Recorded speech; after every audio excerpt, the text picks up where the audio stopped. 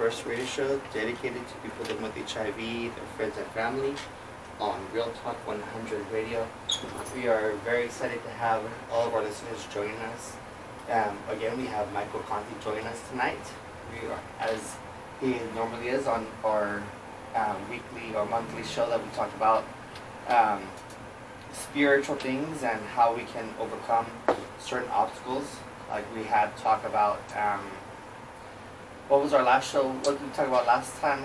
Our last show was Martin Luther King Day. Oh, that's right. That's right. Yes. We talked about love. Yes, we did talk about love. And, you know, it was super interesting because when we talked about love, we were talking about, you know, like in order to give love, you have to, in order to receive love, you have to give love.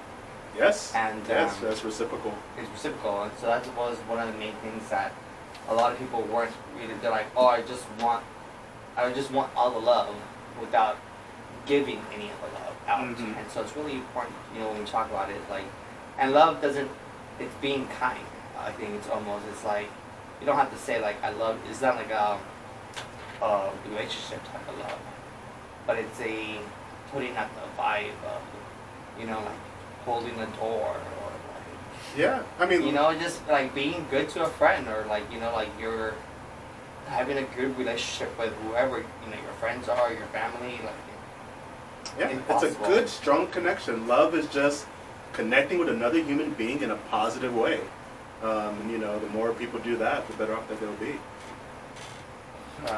So joining us is also Sam Smith. Welcome to our show, Sam. I think we are still live. Number 17, sorry. We had groove music going on, leading us in. Yeah. What's up, buddy? Take a risk. You know, I could almost do it with the groove on it. It was like underneath, this in the background. Yeah.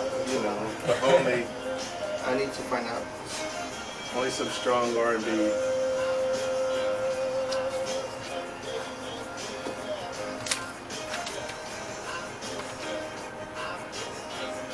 Okay. Alright, we should be able to go live now. Hopefully people are listening to us now. Sorry guys, we were messing up I think a little bit. But I hope things get better. I think I did this, but I'm not sure.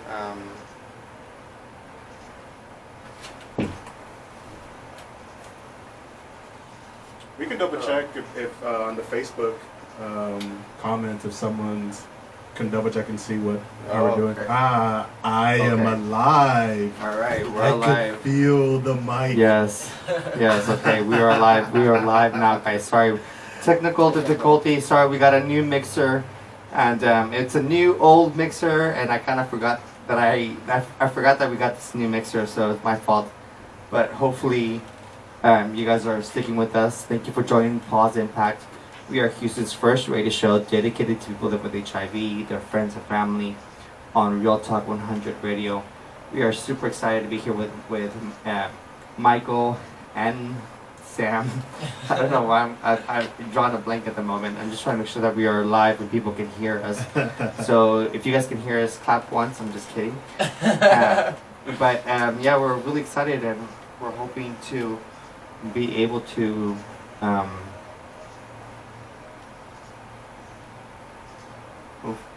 that's the phone.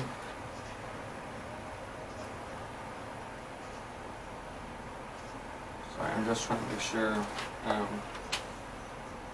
we are connected, but I'm not hearing our voices. I hear music. So 910 will silence the music. So we still have the groove going on in the background. Maybe we can turn into like an R&B groove talk. Welcome to Groove Talk R&B, where we talk about coaching for you with a touch of blues.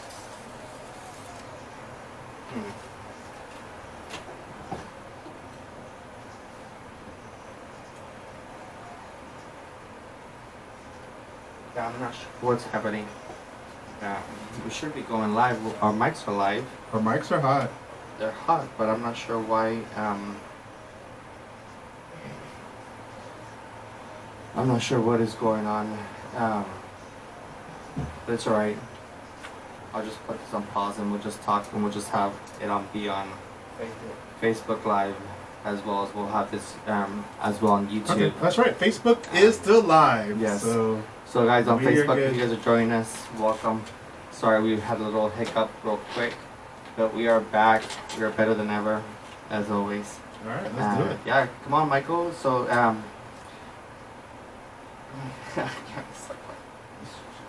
okay. I can go ahead and get started, Yes. and then it'll give you time to do Okay. your thing, and then we'll circle back around. How about that? Yes, thank you. Cool. All right. So my name is Michael Conteh. I am a board certified behavior analyst, meaning I help people with behavior related issues of all types. I am also an executive and personal life coach. So we're going to talk about some subjects about that are really emotional intelligence based. I think the best part about talking about these subjects, they're very universal, meaning there's many people can benefit from the things that we're going to discuss today. Definitely for those on Facebook, we want to hear your comments. So go to POZ Impact, send your comments out, let us know which subjects you guys really like. And we'll continue to talk more about those subjects that are related. So last time I was here, we talked about love and Martin Luther King on Martin Luther King Day. For today, we're going to talk about a couple of subjects. We're going to talk about optimism, gratitude, honesty, and integrity. And we picked these 4 topics because these are topics that, in our culture, we're kind of losing the art of some of these things. The people that we sometimes put in charge, politicians, are not the most honest people, integrity people that we know. It's hard to be optimistic in a world that, has political conflict, that has coronavirus, lurking around. We seem divided in lots of different ways. And so I think it actually makes a good time to talk about being optimistic when it's really easy right now to feel pessimistic. So we're going to talk about a couple of these subjects and really kind of give people a couple of easy to use skills that we can kind of help just to keep people more balanced. Many things that I'm talking about are based off of my upcoming book. I guess upcoming, by the end of 2020, right? So I'll call it upcoming. But upcoming book, so it's a little of the snippets that come out of it that we will discuss for today. So let's first talk a little bit about optimism. Did you have pre-stuff, Josh, before I get into my stuff? No, I just want to also, actually I do have some pre-stuff. Yeah, if you guys are listening to us, please contact me if you'd like to volunteer for Bunnies on the Bayou. We need some strong body men to help us put things up and put things like do the setup for Bunnies on the Bayou. People are not aware of what Bunnies on the Bayou is. It is it's a volunteer event for the LGBTQ people to celebrate Easter. And they do it in downtown, and it's a completely volunteer, and Thomas Street is a beneficiary of it. So Thomas Street receives a donation. It's one of our largest donations that we get, and they help us pay for our sandwich meal. So it's so important that we continue to get this grant from them, is because without it we wouldn't be able to do the sandwich at Thomas Street. With that being said, if you guys would like to sign up, please contact me, pauzimpact@gmail.com. or you can send me a Facebook message. And then also, we are still looking for board members for Thomas Street. If you don't have to be a patient to be a board member at Thomas Street. You can be an advocate or somebody who is interested in making sure that Thomas Street is run properly. And so we have an advisory board and a committee that meets it's a third Tuesday of every single month, from 10 to 11, well, from 10 to 12, 10 to 11 is when the advisory committee meets and we all get a report from the different directors of the clinic that's there. But the council meets and that's who we actually do we have the meals, we do Thanksgiving meals, we do Cool. then we do the toy drive. And so those are one of our volunteers events that we start off with is the Bunnies on the Bike, just because it's like the first one that we do.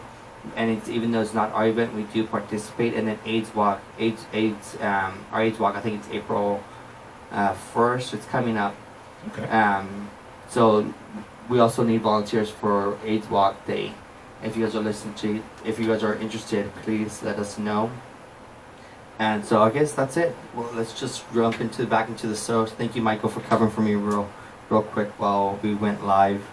And yeah, I'm super interested in tonight's show because we're talking about optimism, and I feel that optimism has kind of gone. You know, if you listen to the political climate, you wouldn't really think that there's a lot of optimism when our current president won the election 4 years ago. And now we're trying to do this all over again. We're thinking 4 years has come and gone. A reflection on what we've done and what we can do. And so things are never gonna change. My vote doesn't count. I can't do anything. I'm in a bad situation. I'm in a bad relationship. I can't get out of it. And it's more than just having the courage. Optimism is more than just courage alone. I feel like optimism is like a state of mind. It's a state of it's a state of mind that you have to be in, or you have to continuously do. I guess in my part is what I see as optimism. I'm pretty optimistic. I'm always it's been a long time for me to get this way, but now I'm just like, things will get better. This is just a bump in the road. This is not where I'm going to be at. This is not where I'm staying at. This is not where I was 4 years ago.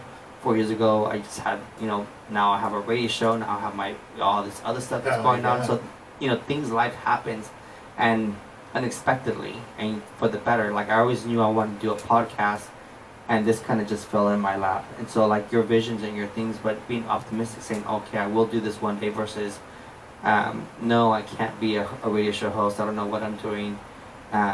I'll never be good at it. Mm-hmm. I'll never do anything. I'll never accomplish anything.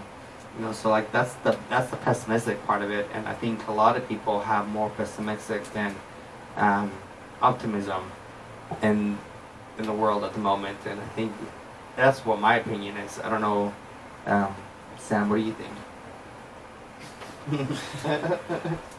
I'm gonna put you on the spot real quick. Yeah, you did. Yeah, and then we can ask him just how he defines optimism. Oh yeah. How do you define optimism? Josh took most of your words. Yeah, you took most of my words, but I'm gonna go back what you were saying about people saying my votes don't count and stuff like that. As me, as a candidate, knocking on doors, talking to young people, most people say I'm not voting because my vote don't count. I just got a jail, I can't vote. And so these are issues that we deal with every day. And I believe that once you put your mind to something, anything can happen. And so I believe that if you fight for change, you want to change, you can make that change happen. Yeah. And so, yeah. I look at optimism.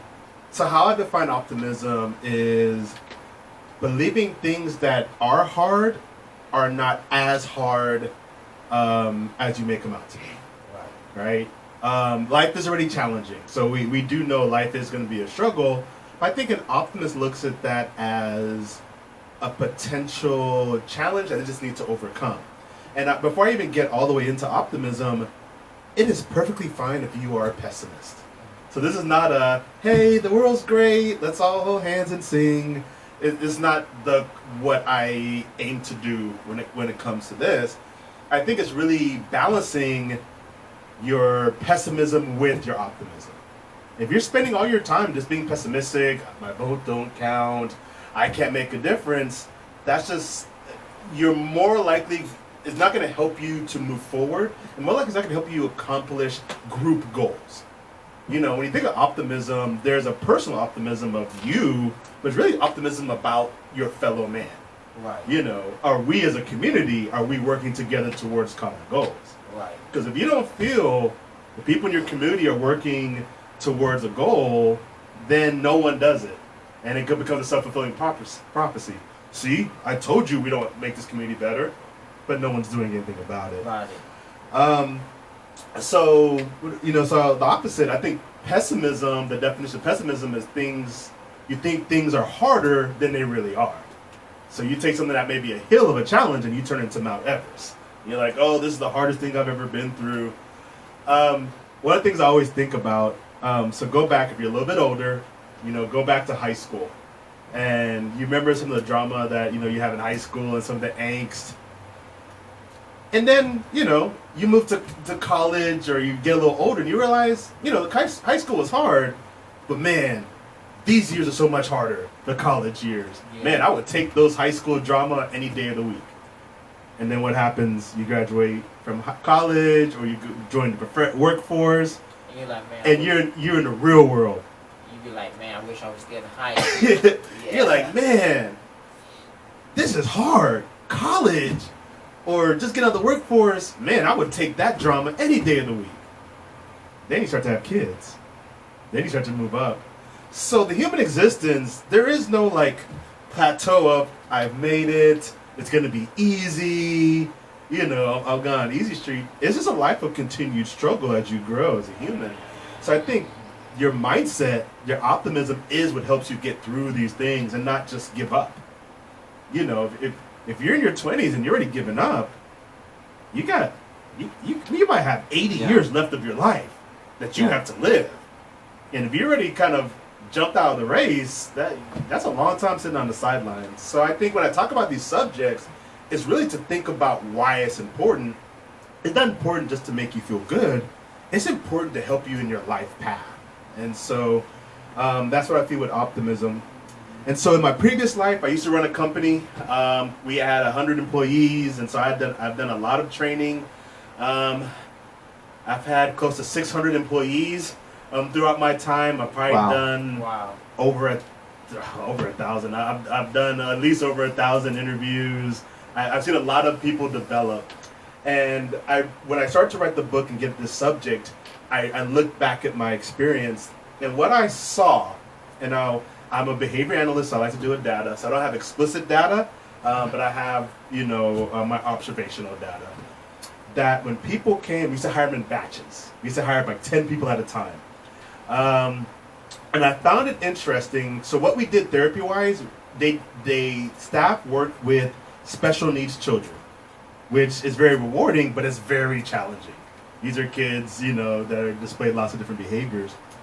And what I found early on in the process, in the first 30 days, if I saw a new employee and I asked them how their day was, and they can tell me the positive things that a kid has done, or they've thought about how things have improved, those employees had a much higher rate of lasting past the 90-day period and actually becoming, you know, what we call very good therapists. On the flip side, usually the first 30 days, if I start to talk to some of the staff and all they talked about was, what was wrong, or this kid hit me today, those people were actually less likely to make it out of 90 days. So my hypothesis in this is, if you really think about the world, it's really a 50-50 world. Meaning, in a general day, you have a lot of good things that happen to you in a given day, and a lot of bad things that happen to you. And so when I look at optimism, is an optimist looks at their whole day and realizes bad things happened, but they're excited about, hey, I did get this done. I did pay this bill. I did catch up with an old friend. Those are still positives. Whereas someone that's looking on a more just negative background only looks at the bad things. Oh, it rained today. My day's ruined. Or, that whatever side you're on political-wise, they're at it again. Yeah. You know, it's ruined. So I think that's what, for every person to consider first, what are you? Are you someone who looks at a 50-50 world in an aspect of, hey, here are things that I've made progression, which I move forward with? Or do you look at the world as everything is spiraling down, we're slowly descending into madness? Now, who knows? We could be slowly descending into madness. But there are a lot of positives out there to look for. And I always think you can't control what happens in Washington, D.C. You know, now you can read it by via voting, but you can't control day in, day out. You control your energy when you wake up in the morning. And you know those rain cloud people, right? The people that when they walk around, they have a rain cloud over them, like the Eeyore type that, oh, everything is bad, nothing works. So I think that's what optimism, or at least the thought of optimism. So, if you are a pessimist, and you could be a pessimist, pessimism could be your standard, what I would challenge any person who is overly pessimistic is every day think of 3 things that has happened in that day that you feel good about. And the reason why that's important, it goes back to neurons. And eventually, so I'm not a neurologist, although I'll be talking to one tomorrow. But I like to study the brain and look at actually how our brain chemicals are made up. And there's something about brain memory. The things that you think about is what you become. So if you start thinking this negativity, what is your brain going to always, it's going to be, okay, well, the world's negative. Because it only feeds, your brain only does what you feed it. Right. And mostly what you feed is in your head, right? This is internal. So every day, think of 3 things that are positive, that you can take away to build for the next day. What that does is it starts to get you looking forward. To those 3 things. So, well, should you just write 3 things? I guess that's the 3 things is the start out. 3 things is a start. Okay. I think because once you jump started, now becomes part of your process. That becomes part of your system of how you manage this crazy world. It's an unbalanced world, and I think that's a good way to do it. The also big part of when I look at optimism versus pessimism is, in most aspects, when you think about pessimism, you're thinking about all things that can go wrong, and usually you're always looking forward, but a lot of times you're also looking back. This is what has gone wrong, this will continue to go wrong. Yes. So what happens when you start thinking about optimism? Optimism forces you to think about the future. And most of the time when you start thinking about the future, especially in a positive light, you think about what you can change for that future. So if you always stuck on, oh, this is what has happened to me, or here we are 4 years again, oh, my vote doesn't count, nothing I do matters, that's a lot of very looking backwards type approach. So with optimism, we start to look, what can we fix? How can we grow? Okay, so if you don't like what the current administration is doing, Facebook likes don't fix it, right? Right. It's starting to go out and meet with the community. It's actually going out and researching who you're voting for. Right. So to be completely clear, I am not a Democrat. I'm not a Republican. I am for growth. I don't care who they Let me are. pull up your record right now. You can gladly pull up my record. I am for both. I'll maybe fight you on here real quick. But the same thing. I thought you wrote it hard. You shouldn't blanketly subscribe to any group, because if you're a Republican, not all those folks are good. They're all bad. They're all bad. Hold on, I got the other side. If you're a Democrat, not all of them are good either. Oh, I agree. I agree as well too. But we're mostly good, and we're like a 50% good, 50% bad. Republicans, they're like 99.9%. The data, you have that data sheet? I sure do. You do? You Yeah, went and that's all asked in my every head. single one of them which one it is? Well, I'm just saying they voted. But the They Republicans voted. But Republicans, Yeah. But Republicans is like, they blind. They see what Trump doing. They still not trying to impeach him or anything like that. All right. So That may be true, but I wouldn't say Republicans. I don't like putting way too many categories. as humans, we are blind to the people in charge of the system. Because that system, think about that system. It's not all Republicans up there. Right. No, you're right. The Democrats have the Congress. I mean, you're right. Whenever Obama was elected, for the first 2 years, he couldn't get anything really done through, and we had control of both the House and the Senate. Yeah. So I think there's blame to share, which, I'll agree with you with there. There is blame to share, and that's me being optimism. That's there. you see, Optimism. that's me being that's me being what's the it's not I want to say autistic Altruistic? Well, altruistic is more doing something. no, just trying to say like the other verb of the optimism. I mean the other, but anyways, that's just me.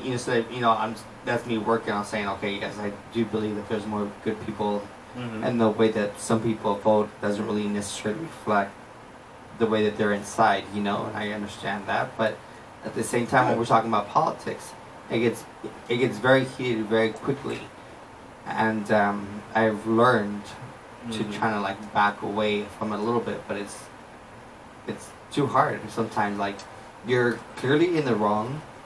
You want me to give you facts, and you want me to give you, but like, Google them. Like, Google your own facts. I've done my research behind it. I stand by my statement that I've made. Why do I need to provide you With my facts. with more facts? Like, the facts are already out there. You like Google, and it doesn't even, it can be Fox News, it can be wherever.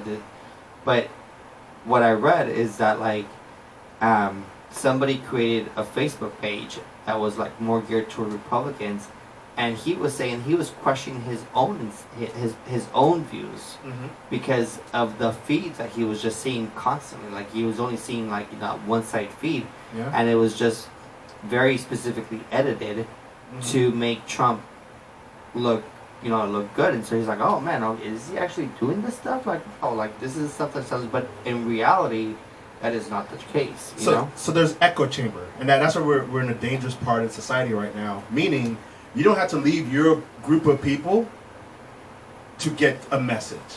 So you're right. If you look at just one feed from one party, the Republican Party, it's going to be slanted towards a certain way that can influence your decision making. But wouldn't that also be the same for the Democratic Party? Right? If you're getting just the same group of messaging, could that lead to you potentially maybe slightly, because they're gonna have a message, right? But you have fundamental beliefs inside of you, and those beliefs do not change. Like, absolutely, you believe, like, I believe it's a woman's right to choose, like, for abortion. There's people who are anti-abortion.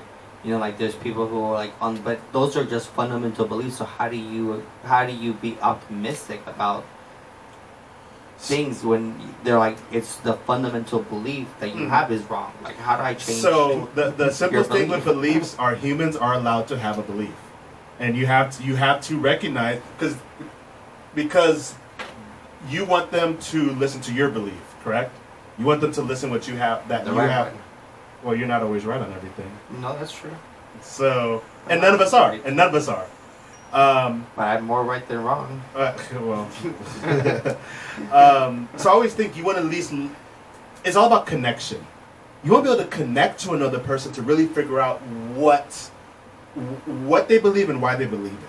And that takes away the label. Because if you just look at someone and go, oh, they're just this party, you're doing a thing that you don't want to happen to you, right? No one wants to be just a category. Oh, you're just this color. You're just this gender. We are much more than all those things. We're 20 things, right? Yeah. And so I always think I want to give someone the benefit of the doubt. And I think optimism goes, hey, let me give this person the benefit of the doubt until I get data to prove otherwise.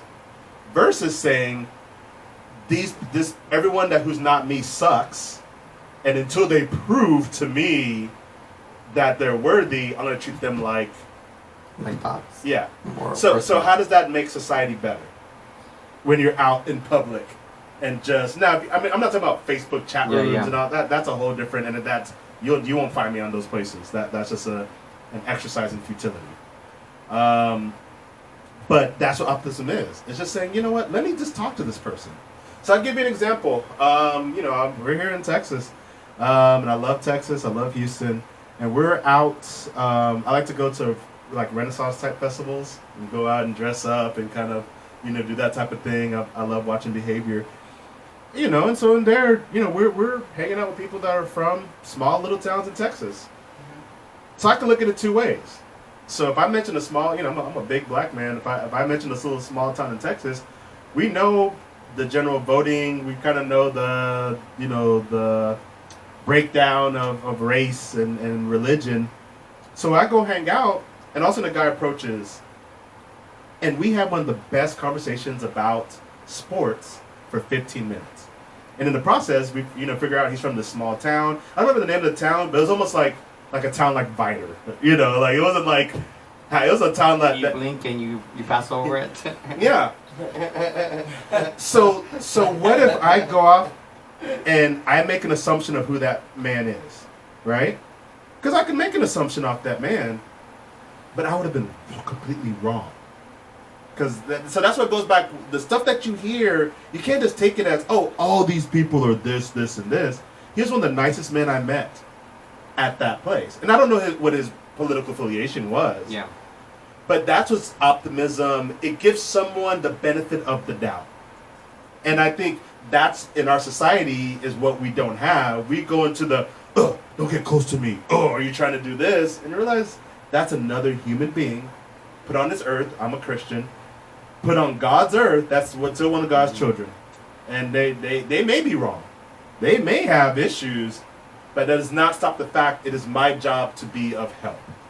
For all of our listeners on Facebook, thank you for joining us. I know we've been having a little bit of technical problems, but you've been listening to POZ Impact, Houston's first radio show dedicated to people living with HIV, their friends and family on Real Talk 100 Radio. If you have questions regarding the show, if you would like to talk, if you would like to call in, our number is 281-318-8650. Again, the number is 281-318-8650. Ask Michael something regarding, we're talking about optimism, we're talking about gratitude, and we're also talking about honesty and integrity. So if you have questions regarding one of those, our subjects for tonight, give us a call. The number is 281-318-8650. Sam Smith's been a little bit quiet here with us, but he's here with us as well too. We'll make him talk a little bit, but we're currently talking about optimism and what optimism looks like and what it means to how do you define it? So for our Facebook listeners, how do you guys define optimism and what does it look like for you guys? My optimism, I look things in a very, I look things in a very positive way. Things will get better. This is just one stepping stone when bad things happen. I sometimes I always think the worst, and I just have to pause for a second and just say, I will get through this, and I have been. But so what are your optimism questions that you have for Michael, and what kind of questions you may have about honesty or integrity and being grateful as well too? Because those are, we're gonna jump into gratefulness a little bit too in a little bit, but yes, gratitude. I think gratitude and being optimism and having optimism goes hand in hand as well too, because when you're talking about being optimistic, you have to be grateful for something okay, I'm grateful for this at my current situation. I'm grateful for, and then I'm gonna look for something else. Okay, so in the future I'm gonna do this, or I know I'm gonna get by because of this situation, and that's just having this little gratitude inside you as well too. But finishing off with anything you want to finish off with autism before we? No, I think you made a great segue for our next thing. So talking about appreciation, gratitude, and being thankful. Yeah. So first, I'm gonna ask you guys. I'm gonna start with you first, Sam. What are you thankful? What are you thankful for? I'm really thankful for a lot of things, because through my life I've been through a lot. So I'm grateful and thankful. Most I'm thankful just to be alive. That should be the first thing everyone's thankful for. Every day you wake up, you Yes. have your health, you have 2 feet, you have a roof over your head. You should be thankful because there's so many people out there who's homeless who don't have the things that I have, that things I can eat. I go home and eat. They can't eat. So I'm thankful for that. Mm-hmm. And I'm thankful for the job I have, but I know in the future I'm gonna get a better job. So at the same time, you gotta be thankful, and something a bigger thing gonna happen for your future. Yeah, and that actually is beautiful because you don't have to be like, this is my final resting spot. You can be thankful and still moving forward, right? But be thankful for where you are, right? Because there's a lot of people who don't have a job. Oh, definitely. Or out in the street, yeah, for sure. So I have a lot of things to be thankful for. Like, I'm alive as well too. First of all, 2 years ago, who knows where I would have been. I was so sick. And 2 years ago, I was super, super sick. Yeah. So I'm alive, I'm well, I'm a little chubby. I'm working on that. But I'm thankful for, like, I have a really good set of friends. I have a really good set. I'm self-employed, which is, I've been self-employed now for 6 years. It's not going anywhere. I'm thankful that I have, all these extra things in my life. I have the Ryan White planning council that I'm currently on now serving. I can make a difference. I'm grateful that I'm becoming more political active, and I see that you have to have a seat at the table in order for you to be representation. So whatever that looks like. So to me, that looks like joining the caucus and joining these other movement boards. And instead of just posting on Facebook, I get to meet these elected officials. And part of the radio shows, I get to meet them as well too here, and I actually get to have a conversation and really talk to them and see what they're really like. And sometimes when I talk to candidates and they don't answer my questions, I kind of just like, oh yeah, I liked you the first time, but now that I'm like seeing you, you know what they're about. I know what you're about, and I think that's important. But so I have a lot of things to be grateful for, and I think gratefulness is something that we forget about. We forget that it's okay to be grateful for what you currently have and what you've had in the past and what's been given to you. Because not everybody has everybody has obstacles in their life, but it's how we get through those. Being optimistic, saying things will get better, but hey, I'm here. I'm grateful for what I have at the moment, and yeah, this bad thing happened to me right this second, but things will be better in the future, and just repeating that self to you. I think that is the biggest thing for me that I've done. Is I just, like, when bad things happen, I'm just like, okay, it will get better. Things will get better. This is just today. Tomorrow's a brand new day. I want to, rinse whatever was off from yesterday. Today, it's a whole new day. Let's get back on the horse. And speaking of that, you're right. Sometimes it seems like everything hits you at once, and you're like, it's never going to get better. Yeah. Sometimes you just have to close your eyes and say, it's going to get better. Mm-hmm. And you see, sometimes, honestly, I'm not a perfect person. I remember losing my mom last 2018 on Mother's Day. And so I was like, man, life is never going to get better because I was the baby, so I was so attached to my mom. Mm-hmm. But I'm not saying it was a good thing she passed, but it taught me how to become a better man. It taught me how to be a man, how to pay bills, how to do things on my own. Yeah. And so that, I'm grateful for that, because without that lesson, I would never be where I'm at today. Yeah. I do find it interesting. A lot of the gratitude lessons come from something that is hard. I was just going to say, like, the pain causes gratitude almost. Yeah. Yeah. I mean, a lot of my big mantra talk is pain is growth. And it's uncomfortable, but that we have a lot of, look at how you build a muscle, look at all the things we do in society. It comes through this kind of attrition that comes with it. I know for me, I'm thankful for the opportunity to spread a message. Now I'm in kind of starting to do the talk circuit. I'm starting to go out there and get out there, and I have my strong beliefs about balance, my strong beliefs about getting over burnout, my strong beliefs that every person has a path and everyone's accountable. And I think that simplicity of the message, and like I said, that applies to everybody. We're all in the same boat. I don't have an us against them. You're a human. We're all on the same team. Type of approach to it. I'm very thankful for my family. They give me room to be me. And I've been really thankful of the people I've run across. I've met some really interesting people. There's a lot of employees that I had before who've gone off and done some really awesome things. So those are things that help me.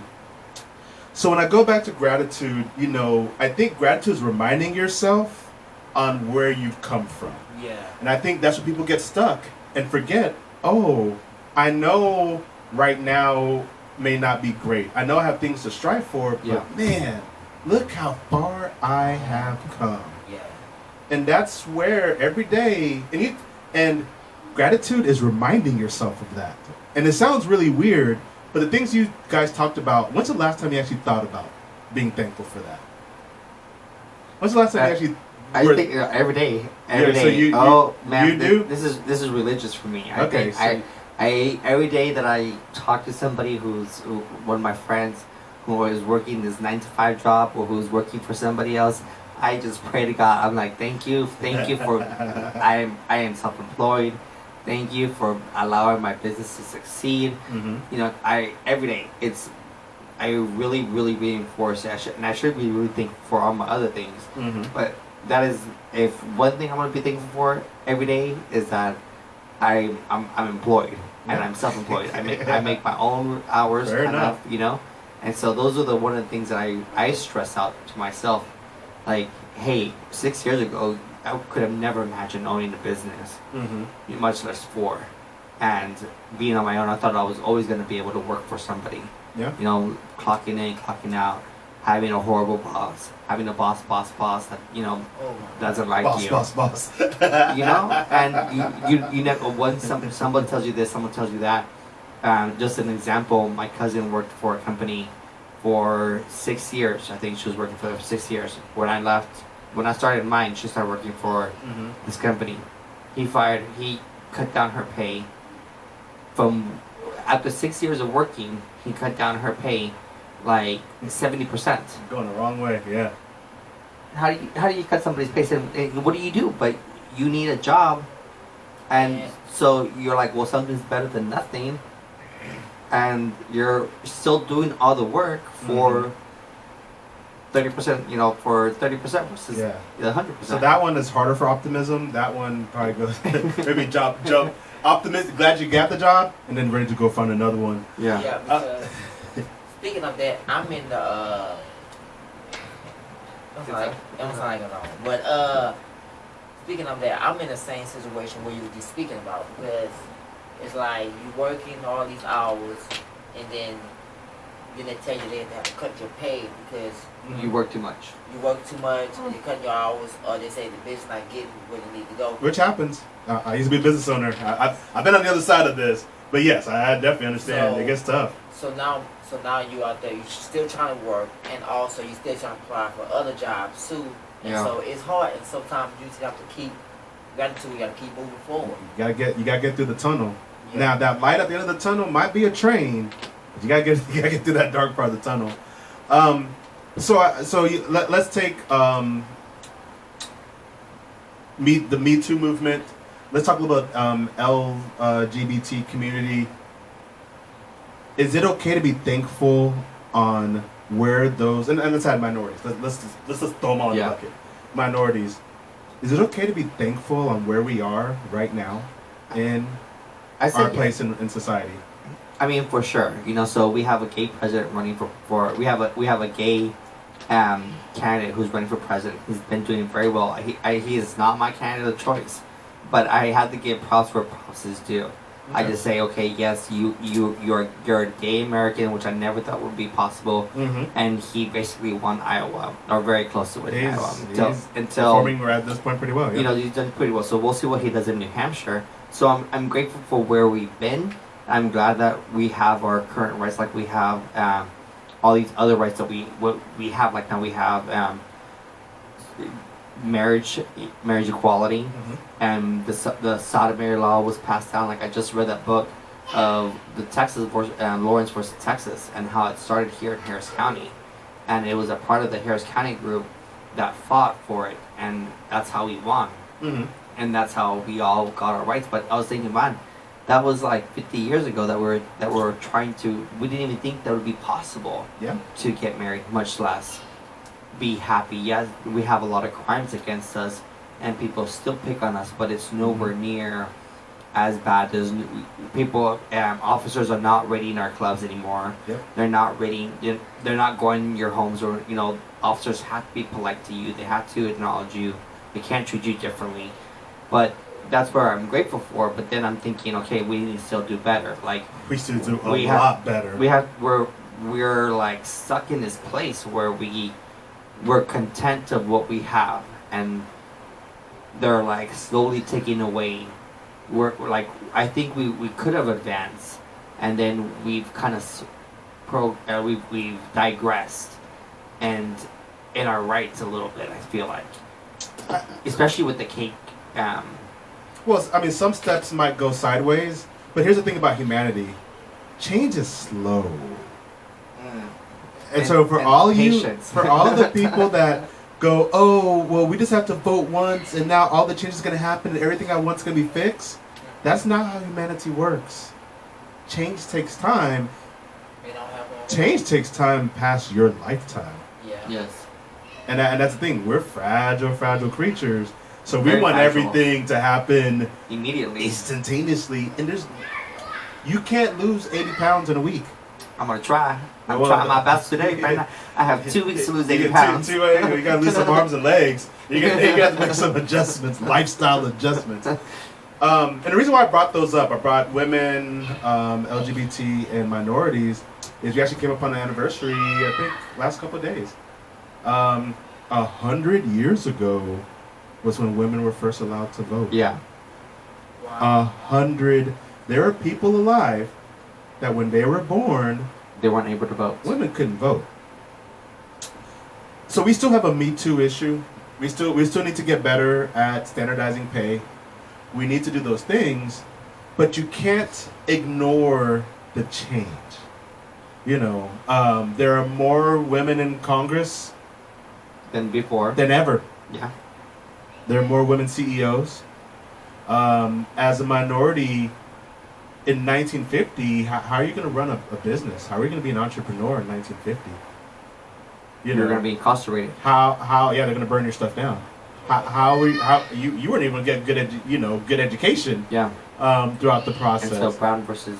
And I was in the 60s. Yeah. A lot of people are alive. From that standpoint. So I always think, and it's hard because it's hard to be in some of these boats, especially if you're any type of minority in any system, and go, oh, this sucks. It always sucks. It'll never get better. But these are things that we should be thankful for. And the reason why we have to be thankful for them is people before us who we don't even know already fought for them. Yes. And I think when I look at this about being thankful is getting the baton.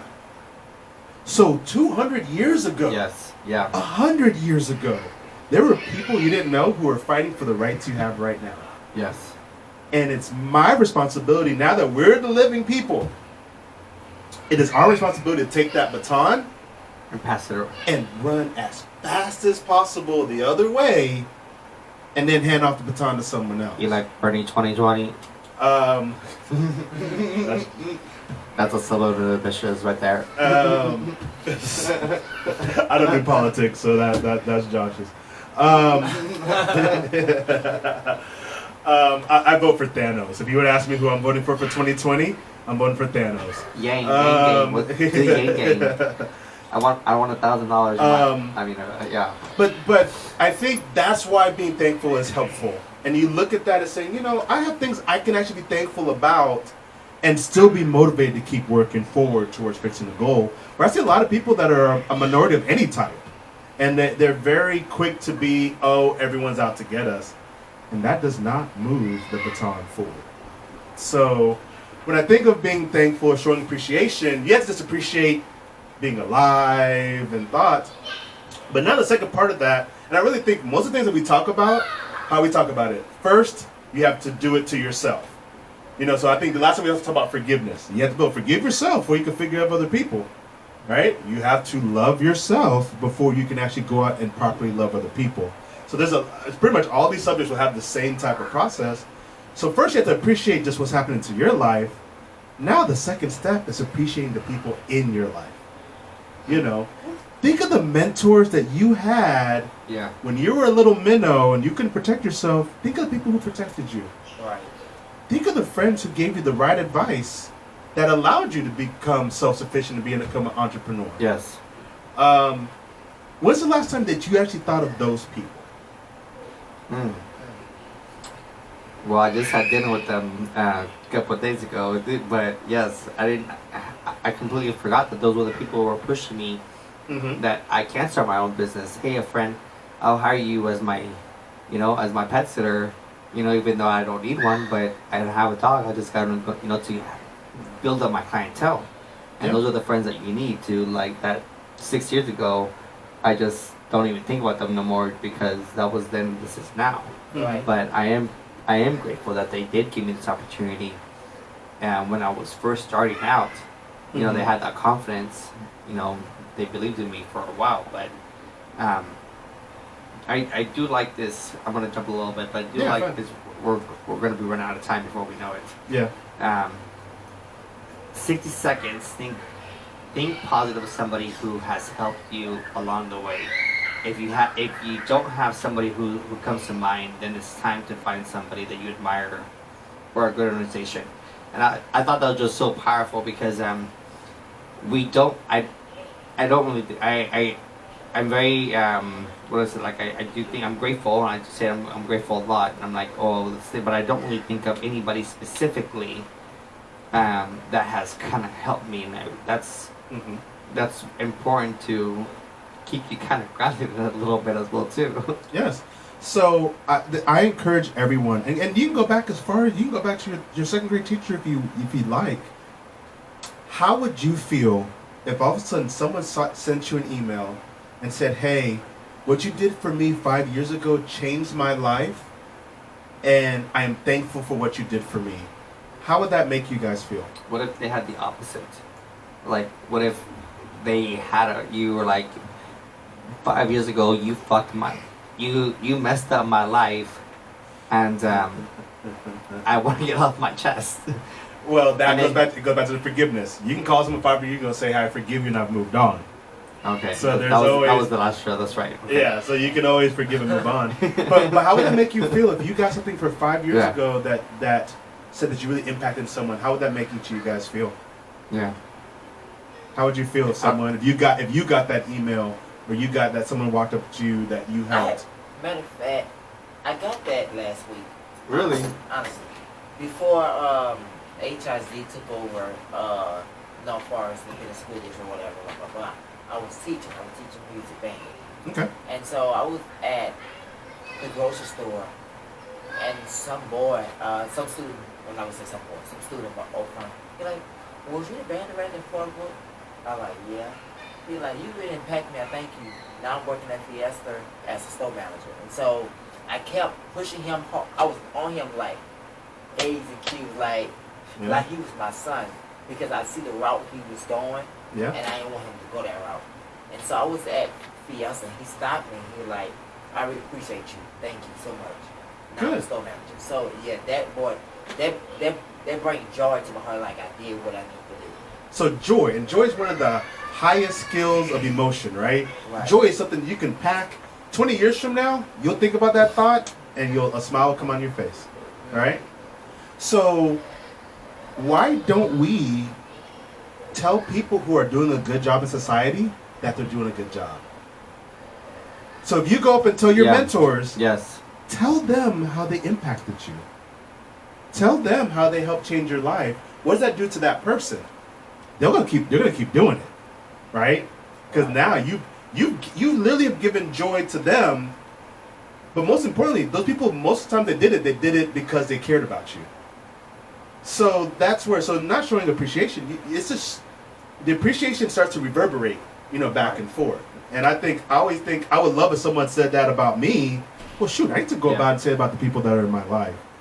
So yes, definitely 60 seconds. You should really think about, well, who has helped me in my journey?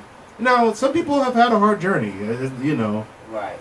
And that's fine. Okay, well then, you be the mentor.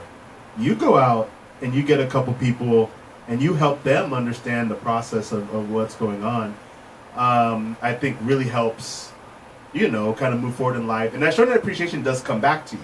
It helps you to remember to be a good mentor out in public. Take people underneath your wing. But I think that pretty much covers most of it. The last thing I want to cover is the MVP and transition. I was going to say, hold on, we cannot skip that real Yes. quick. Hold on, yes. So definitely what appreciation is, and I think I touched on this on one of the other shows, is you should make it a goal as a human being to be the MVP of someone's day. Meaning, at the end of someone else's day, they should look back and say, man, that person really went above and beyond for me that day. I think as a human, if we all go out, and it could be one of your best friends, it could be your family, it could be at the store helping someone find, that you can tell they're struggling and helping them find the right aisle. Or they lost their keys. Or they have lost their keys, say, hey, do you need help? It could just be, a really good example was last night. Yeah, it was last night. I think it was last night, where I was taking one of my clients' dogs out, and I had my hands full, and this lady comes on the elevator, and she has a lamp. She's holding a lamp with an extension cord, taking it to the dumpster, and I'm not really thinking anything of it. I'm like, I have my hands full. She's an elder lady, but she's minding her own business, and she gives that like no nonsense approach, Mm-hmm.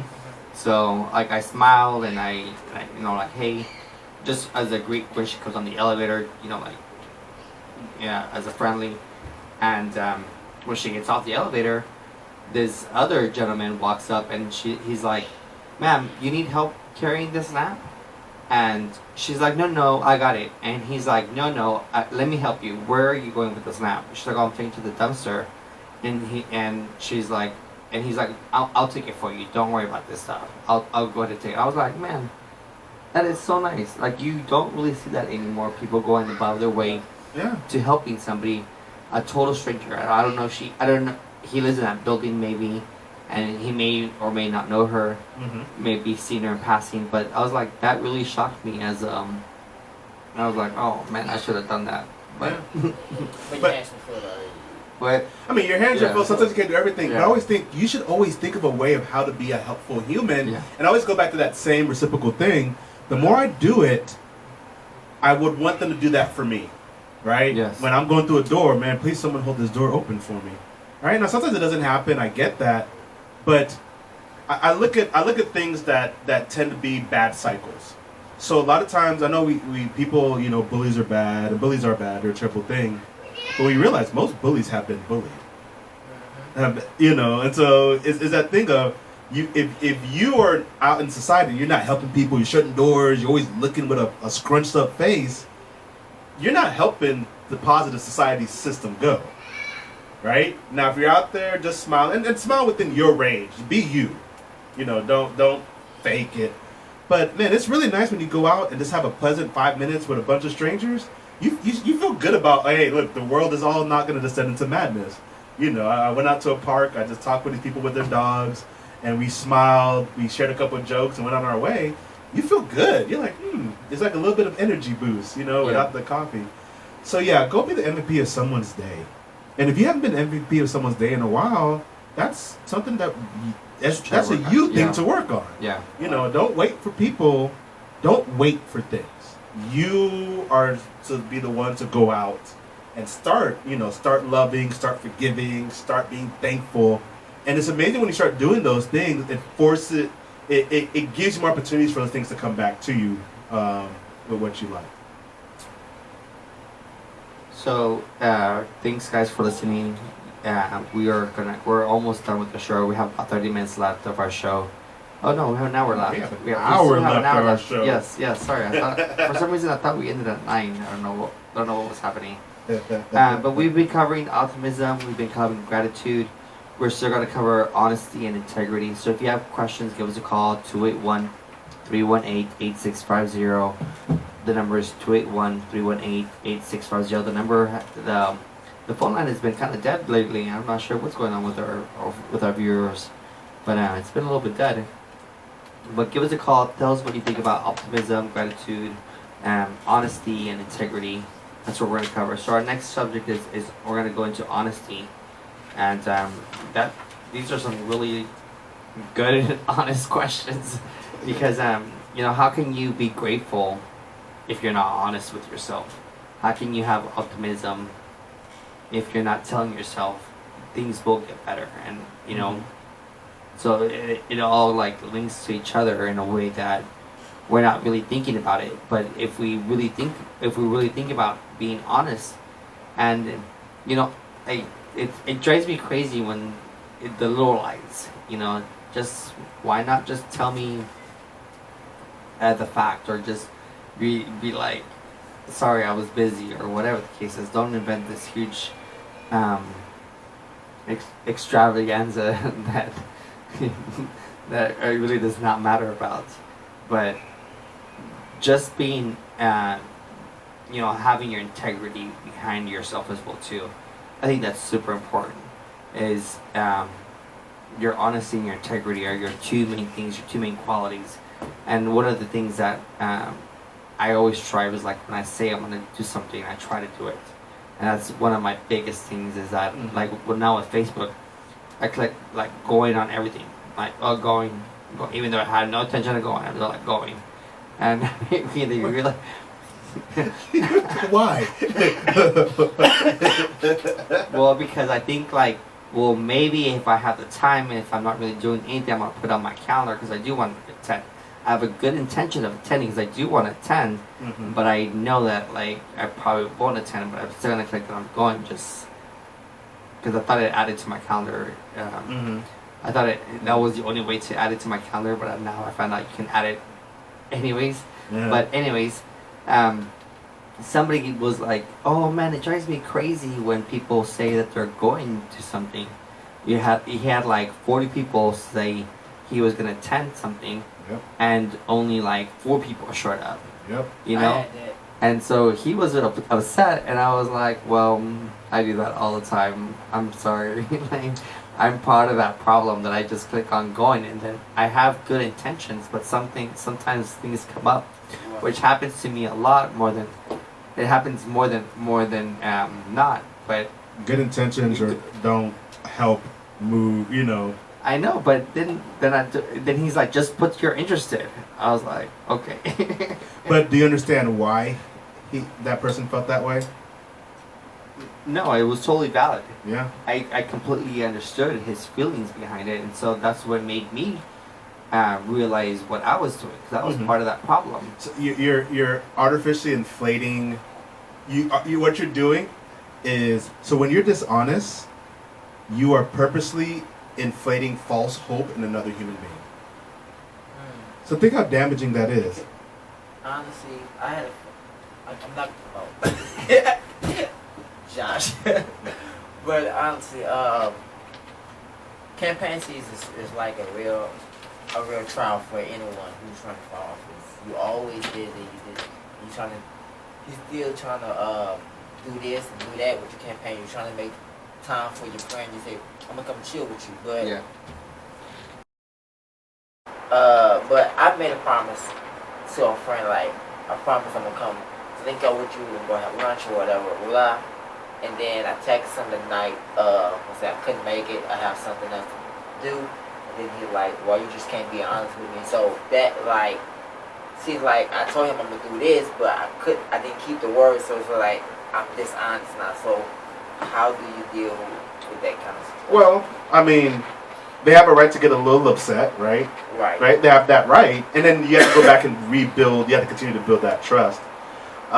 So let's talk about the subject, because it annoys me a lot, and for all you guys who do social media dating, we're in a weird world of the ghosting, flaking society, and but think what you're doing to your friends. Yeah. You get people who constantly flake, and they go, "Oh, I can't keep friends. I don't know why you don't like to invite me out anymore," because you don't show up. Right. Or you leave, right. or so going back to that premise, I think it's really important why would you give someone, especially someone that you like, now your schedule's a little different, but why would you give someone false hope of something you know you're not going to do? Like what, who benefits when you tell someone, oh yeah, I'm gonna help you out, I'm gonna hook you up, and then you just ghost them and never do it again? Yeah. Yeah. Who benefits from that? Yeah, I mean, I had a friend who told me that they're gonna help me get this job, then you keep calling them, they kept sending you the voicemail, they kept sending the voicemail, but you see them on Facebook, right? Yeah. Okay. So I think there's a lot of ways for us to look at this, but I think the most important thing, and we're going to talk about the honesty part first, and then we'll go to the integrity part. They're kind of linked, but I'll separate them a little bit here. Be honest with yourself. When you look in the mirror, what do you see? Do you look in the mirror? Because I think a lot of people are afraid to look in the mirror. What mirror? Just kidding. I'm just kidding.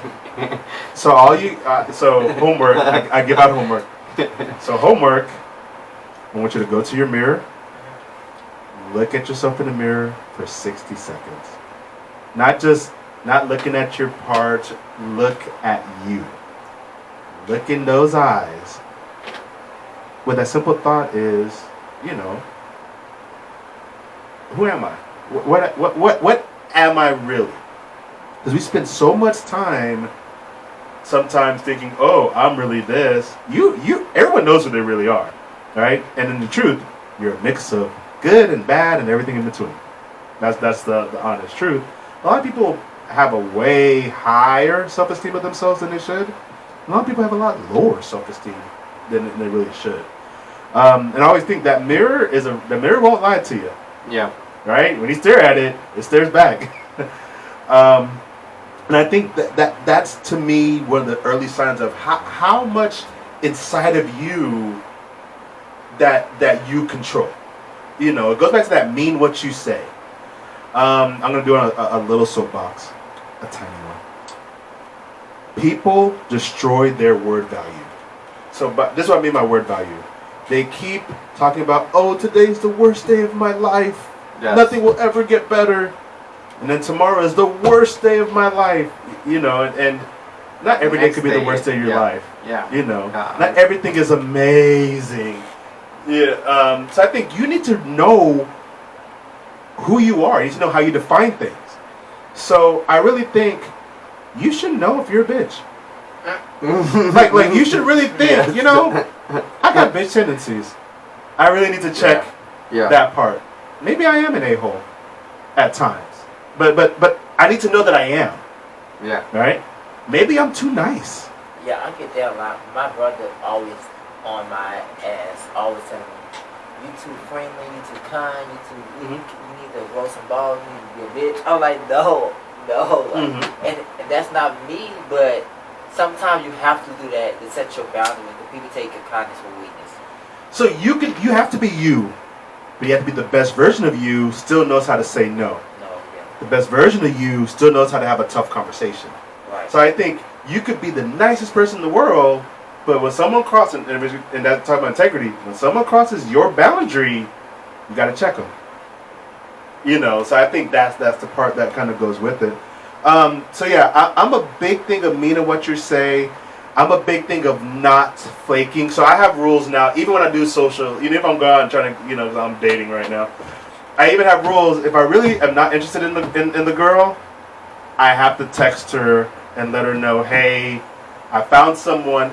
I'm dating, other people. I wish you the best. Happy hunting. Okay. Because I don't want to even. And then sometimes, I had a date and it didn't go so well, and so I'm pretty sure she wasn't interested. But I wanted to close it out. Yeah. I like. People like to leave these weird doors open with folks. Yes. Going, oh, well, I may go back to this door. But that's doing a disservice to that other person. Yeah. And I feel that if I'm interested in them, I need to let them know, hey, I'm interested. But if I get to the point where I know I'm out, just let them know. And not in a mean way, not in a, hi, this is what you're missing out. Just, hey, it's not going to work out. I wish you well. Peace. Yeah. And you go out your way. I think that really helps. So there's a lot of people that are upset because they're swiping left and right, and there's like all these people are ghosting ridiculously. I had one. The I had a woman who was already 2 hours late on a date, and it was a spot where I was hanging out already, so at least I was, and she even texted she was on her way. She even texted that she was 10 minutes away, and then ghosts.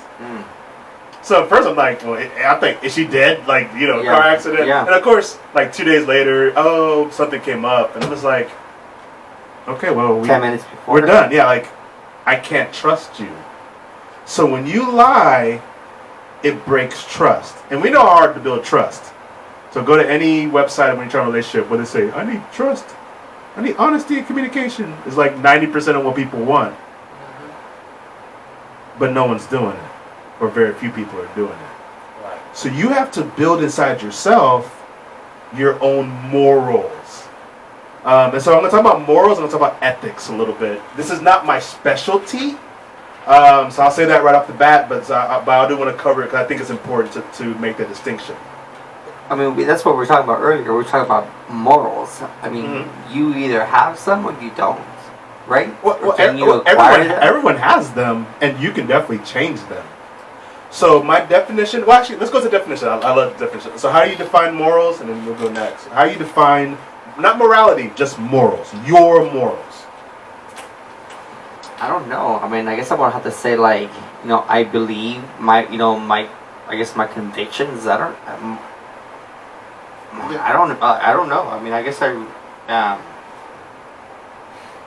really don't know. Like, I mean, we'll go to, go ahead. Go ahead, Sam. I'm gonna see what you say. What's your definition of morals? I'll say, I'm gonna say, what would you? I really like. I was just looking it up, but I really don't know. I mean, so when I think of morals, is you're setting up yourself as a good person, or you have a good conviction, or that you're like, or your morals are your kind of your beliefs of what you kind of will do. Like I have. Good. Getting closer.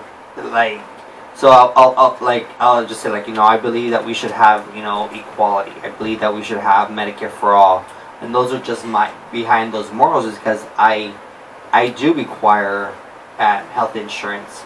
Or I do require some kind of, so I can take my medication every day. If I don't take it, I'm dead. So that's to me is a high important factor when I'm looking at anybody, and how I'm going to live my life is, am I going to be able to afford my insurance first of all, and second of all, am I going to be able to cover my medication? And if those two things are not going to align with themselves, then that's just one of my morals that I have. Like I guess I really don't like. Being, to me, it's like, but people, I'm gonna say it's a good person, but people can have morals and be a bad person. Yeah, I don't like the word good person because no one's inherently good or bad. Or better, like, just being courteous, and I guess that's being, I don't know, I really don't really know about, you combine morals and ethics in the same kind of diagram, and I'm thinking, what are my ethics? Thinking, to me, I believe right is wrong. There's a right and there's a wrong, and I may not always have the right answer, but I know I'm looking out for the best people. I'm looking out for more than just myself. That I'm looking out for a group of people more than just individually. Yes, and I would define that as the ethics part. So my definition of morals is your internal belief system. Okay. That's how you interpret what's happening in the world and how you decide how you're going to react to it. So there's morals on, how do you feel about, do you use physical to affect another human? Do you hit people? Are you aggressive? Do you believe in terms of fundamental rights that affect, and that sometimes affects morals and ethics, but do you believe in those aspects? And a lot of people, I do find it interesting when I say morals, and most people don't go, they understand that they're very important. Like, we all go, shoot, I need to have morals. Yeah. Most people actually don't know what their morals are. Like, you don't really sit and go, what do I really believe about this? Will I really stand up if I see someone getting bullied? Morally, am I obligated to go help Yes. or not? Yes. Well, a lot of people moral, say yes. You know. But I've done it though. But will they? No, I'm not saying to go out there and get in a fight. And stand up I for know, people. but But will you, when you see something wrong, just see something wrong in any environment, speak up or help? That's hard because sometimes you're like, oh, I'm not trying to get my ass kicked today. Yeah, and it depends on the circumstances. I'm not advocating for someone to jump out when 4 people, but there are many opportunities every day to stand behind what you believe in. Because if you can't stand behind what you believe in, you're done for. So Frankie's saying there's those standards that you believe in, basically. Yeah. Standards. It's the standards you uphold for yourself. Yeah. Yes. So this is where morals comes into play. When you go out to party, are you going to stop drinking without people telling you stop drinking or act a fool out of yourself? Right? Yeah. And this is hard because it's getting to things that go into other stuff. But morals says if you have strong morals, and by strong morals meaning the morals inside you actually practice on the outside. Conviction? Is it conviction? Conviction? Yes. I think conviction is the motivation of the morals. So when you have a strong moral, you're more convicted to uphold them. Makes sense. But that helps you to say, you know what, I'm only going to have these 2-3 drinks, and I'm going to slow down. Yeah. Or, hey, right now, I'm really agitated today. Let me go take a walk outside before I say something that's going to destroy this relationship. So, so homework again. Think about your core morals. Think about the things that you know are lines that you don't want to cross. And it's important to set them. Because especially when it comes to things like, I'll take addictions, one of those. I'll take relationships. You end up where people are constantly crossing these lines, but you actually never set them. So when you get in a relationship, it's hard for you to get mad at someone who constantly lies to you if you haven't made it clear and explicit, this is a line that is very important to me. And then the second part of morals, some people have them, but here's the second part where it gets hard. If you break them too often, I now have to go do something else. So a lot of times people have morals, they lie, I don't stand for lying, but then someone lies. And there's still forgiveness, right? I'm so open to forgiveness. But after the 8th lie in 3 weeks, morally, are you ready to walk away? And see, that's where morals are strong for you, because it's always think you tell people up front what your morals are. That makes sense, and say, hey, here are the lines. I'm gonna give you a list of my 20 morals that I have. Whenever I meet new people, the 20 morals. Here's my moral list. These are my moral list, and y'all better read it. If you break any of these, you can't be a friend no more. Sign it. Yes, notarize it. But when if you really don't know what your moral background is, maybe when someone offers you meth, you take it and you try it just because, right? Maybe you just allow a relationship that you're really not into it, but they told you that you were nice. And now, fast forward 6 months later, and you're taking too much meth. Or 6 months later, you're in a toxic relationship. And you go, oh, this person was so bad, they were so evil. And they may have been. But where were your morals in that process? Where were the point when you said, this is my line, if you cross it, I might have to go do something else. And the reason why morals, don't bring up morals on the spot. So it's not if you say one more thing, I'm leaving. That's not moral, right? There's nothing with morals. Morals is something that you have before you know someone, they know about it, and you will have it afterwards. This is who you are. Yeah. So build a strong moral base. And here's the beautiful thing about morals. They don't have to follow all society's rules. It's what you feel about yourself, right? So if you think I can ethically go out and have a night, with someone, just have a good time of adult fun, if you can morally justify it, now, if you can't, don't do it. But if you can morally justify what you're doing and have backing, you can't just say I'm doing it just because, you're in a much better spot than people just do things on a whim. So I don't think you have to follow every rule that society has to offer, but you should know what rules that you will do and you have to have a rules of what you will not do. So there's principles. the hard no and soft no list. When it comes to drugs, you should have a definitive list. And I think, I'm not going to go into what drugs you can and can't do. It's for every person. Yeah. I'll probably say crack's not good for you. I feel comfortable in my assessment. Crack, honestly, crack and heroin. And bath salts.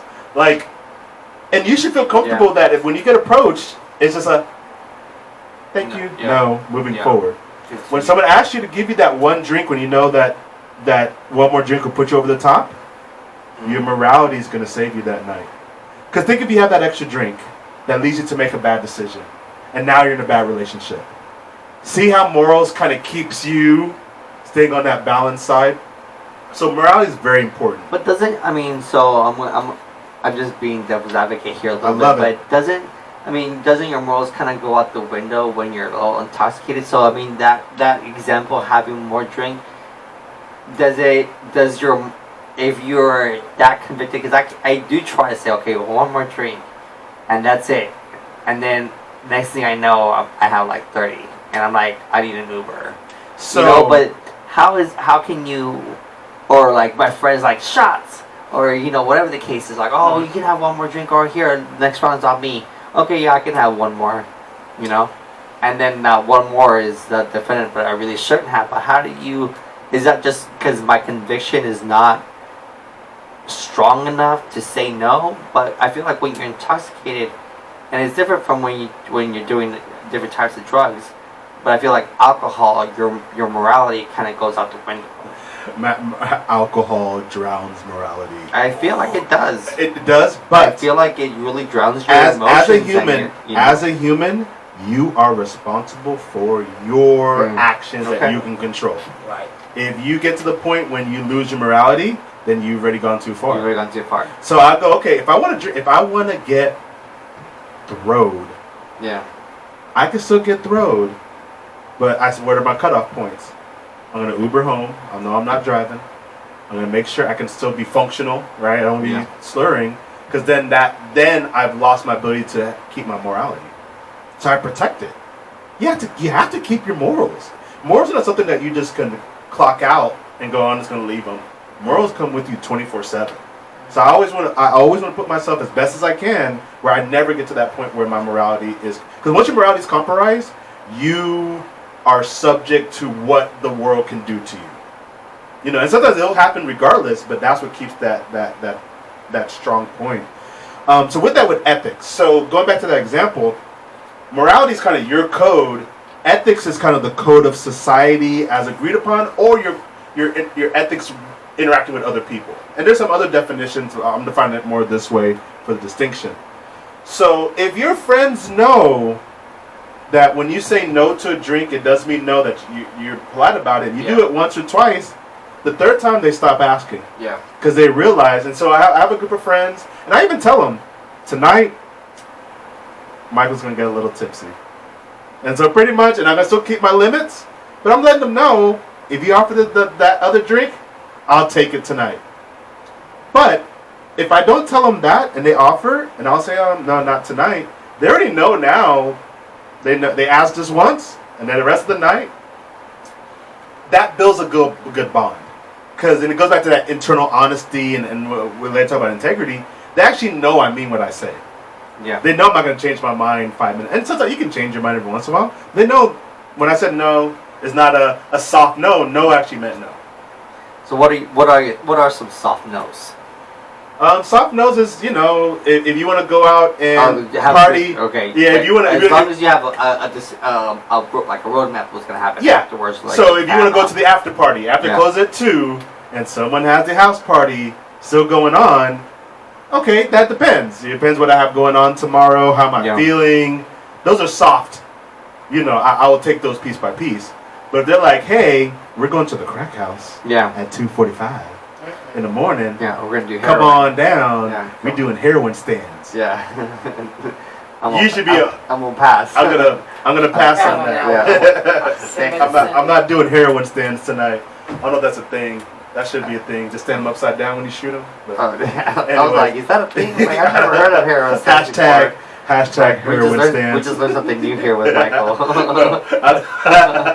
Breaking news. Breaking news. You can do heroin standing. If you're gonna do it, you gotta do it standing on your head. So that's where ethics are important in your relationships with people. But don't be afraid to advocate for you. You're the only one who's gonna advocate for yourself. So that's how I kind of define, those two things to really help. So have that internal. You know what it is? It's your internal compass. So when you get thrown around a little bit, when life kind of knocks you around, you kind of still know which way is up. Now your morals can change over time. I can tell you some of the things that I thought about have changed, and that's okay. But they also have systematic thought. So there's part of me that when I'm really thinking, when something really goes wrong, I always go back and go, what is my moral code for this thing moving forward? Yeah. So after you get out of a bad relationship, I don't get how someone has a horrible relationship. They only think about how bad the other person was, and it could have been bad. They never think about what they would do different and how they would fix it for the new one. So they get into another relationship, and it's horrible. And it's always I don't know what happened. And so if you realize, you know what, you can't handle when someone cheats on you. Just right now, you're at the point emotionally where you can't handle it. It's okay to let someone know that that's a moral cross that, even if I love you, if you cross this, I currently can't do it. So you have to really think about it. You don't want to give a person 80 rules because then they probably won't be with you. But when you let people know, now they know, okay, this line. So I let them know, hey, I don't like, but if you tell me a white lie, honestly, I don't care. But man, I really hate this. Now you have an establishment with someone else that you can build that trust. And then I always think, ask people what, if you have a good friend, ask them what their moral lines are. So if someone is, say, struggling with alcohol addiction, and you say, hey, when we go out, I'm not going to ask you to drink. That, I think, is being a good friend. I think that is preserving that's using ethics and morality to really build a good friendship. And honestly, they would appreciate it. I don't like the friends that go, I'm fucked up, or I want to get fucked up, I want to drag as many people down with me, are not the good friends. They're the ones who push as much alcohol and drugs down people's throats. And party time is party time, but I think that's where that integrity, kind of really comes in.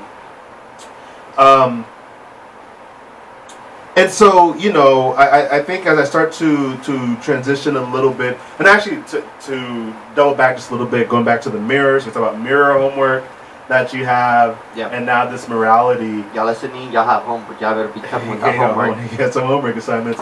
And also let me know, on the Facebook feed, or even at the end, we'll go over my my email address. Feel free to let me know how some of these things going. How they could be helpful. But once you set those two things up, now you have to let other people know. And I think that's the hard part. So for me, I've been on this weight loss journey. I got 20 more pounds. I'm being honest, I have not had a good week. I should now have a good day of eating. But I found that when I told people about my morality codes, it also kind of forced me to keep them. Yeah. So a lot of people go, oh, I don't want to tell people my codes, because then if you lax, no one's going to know. No one's going to hold you accountable, but that's also your friends trying to. So if you tell them, hey, you know what, I really am trying to stop drinking, or hey, I want to start losing some weight. Whenever we go out, if I want to order something, hey, I thought you were supposed to be losing some weight. Just remind me. Yeah. Hold me accountable in a nice way. Hey, you're. Hey, chubby. Yeah. So a good example for me, I live in a place that is right pretty much across the street from the Voodoo Donuts. Oh, is and it? If you don't know what Voodoo Donuts is, they weren't that great. Well, I'm not here to talk about. Okay, well, anyways, go ahead, continue. You say that there's a line. I know there is a line. Even not last night. It was Saturday night. I was out at a bar where I could see the Voodoo Donuts, and there was a standard line. It was midnight on a Saturday, and a line of people outside, and so Voodoo Donuts is hot right now. In the area I am. Whether you like it, it's hot. Yes. I've made a promise to myself. My moral code is I would not eat at that particular place until I hit my weight goal. Mainly because it's across the street from me. Like, it's literally like staring at me every time I go outside the door. and I've told people this. This is why it's important. This week, like I said, I've not done the greatest with my goals. Yeah. But because I know and I've told so many people, I can't. Like, I see it, and there's a part of me that goes, I can't do it. And now I want to hit my goals, and when I hit my goals, I'm going to eat like 40 of those donuts when I get to that point. But that's a 3-step process of kind of, when you let people know about your goals, it also helps to keep you accountable. Right. And so I found that as a useful. So the day I go to Voodoo, we'll all go together. I got 20 pounds. I still got 20 pounds. Ugh. But we'll go do a voodoo donut party. When we talk about integrity, doesn't integrity and honesty kind of go two and two together? Like, doesn't it? If you don't have no integrity, how can you be honest? I do think they're very similar. I think that's why they're lumped together. I think if I had to define them a little separately, honesty is something that you are honest with yourself, or you're honest with something else, is a separate act, right? It's an act of honesty, because I could be honest and I could tell a lie just right now, and be dishonest. Like, you can turn that button off and on all the time. Integrity is almost like a standard. You know, it's kind of hard to have high integrity and then have low integrity and go back and forth. You can, but it's much harder. So think of that as more your stability, you know, with integrity. So with integrity, I think I'll talk about some of the ways when you think about integrity. The first thing you want to do is you need to know where your weak points are. All right, so it goes back to that honesty thing. But integrity is like, where are you? So I know you talked about, you know, what your friend or brother said about, hey, you're not this, you need to be stronger. Integrity is really thinking, well, what do I do need to get better at? Right. You know, do I not tell people no when I need to? You know, am I sometimes, you know, make bad decisions every time I feel depressed? Right. Right? I think that integrity kind of helps you to, it's like self-assessment. If I think of integrity, it's a self-assessment of, okay, well, I do need to work on this. You know, I need to improve in this area. So I think that's a beautiful thing, is really knowing where your weak points are. And that's where mentors help. That's where coaches, you know, so, you know, whether coaches, psychologists, that's where those people can help. They really kind of help you to define who you are and where your integrity lands. Really? So I honestly wouldn't think about it. It just cut me off. I was like, I'm gonna hear myself anymore. But I lost my train of thought. You were talking about mentors and I guess coaches a little bit about looking integrity. Right. I don't know what I was saying. So I completely lost my thought. Oh, there I'm back. So no, I don't know. Sorry, I don't know what I was going to say. No. I think in terms of talking about having an outside person help you. Oh yeah. Sorry, yes. Kind of figure out a little more about yourself. So this is what I define about how a mentor or a coach is helpful. Is you can only see as far. I think of selfies, right? But I hate selfies, by the way. How far can you do a selfie? Yeah. Right. You can only. We're talking what? Length. Arm's length. Arm's length, and then maybe sometimes you get an extender. Unless you have a selfie stick. Yeah, but even the extender only goes. Some of those things be like this. Okay, so that's fine.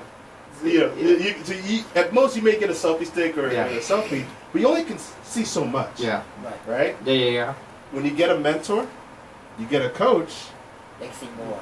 They can see. Now, I have to take a regular camera. They can shoot you from the behind. They can shoot you from long distance. They have a different perspective on you. Yourself. That you're able to see. That you'll ever be able to see. Right. That's where getting a good friend too, a good friend, a good mentor, those all have those same capabilities. So I think that's. But you would say you would really recommend somebody getting like a therapist or more. I mean, because a friend is a friend, but like a friend may not be able to guide you towards. He's your friend, and so they're gonna be in that selfie with you. They're not gonna really see the big picture, or your future, or how to because they're right next to you, so they're just seeing that closeness. They just know that saying. They don't know the real. Yeah, well, on some aspect, but the closer relationship you have with a friend, that could be honest with you. Because that's the other part of honesty. You want friends that are honest with you. They can give you more perspective. They know if you're an asshole after you have 4 drinks. Yeah. They know you get a little emotional after something happens, right? Now, if you have a closer relationship with that person, they can help give you that perspective. So on one end, they could just be a selfie person, not give you any feedback. But a friend that you really want will step away and be honest to critique you and you not get offended. That's a good way to look at it. But I do think, I don't know, this is just my opinion. I think everybody needs to have a therapist. I think everyone needs to have a tether. I call it tethering. Okay. You need to have someone that will always be honest with you. And it depends on the level. If you're having not severe depression, anxiety, PTSD, psychology is the route to go. I'm a coach. I'll be a certified coach in a couple months.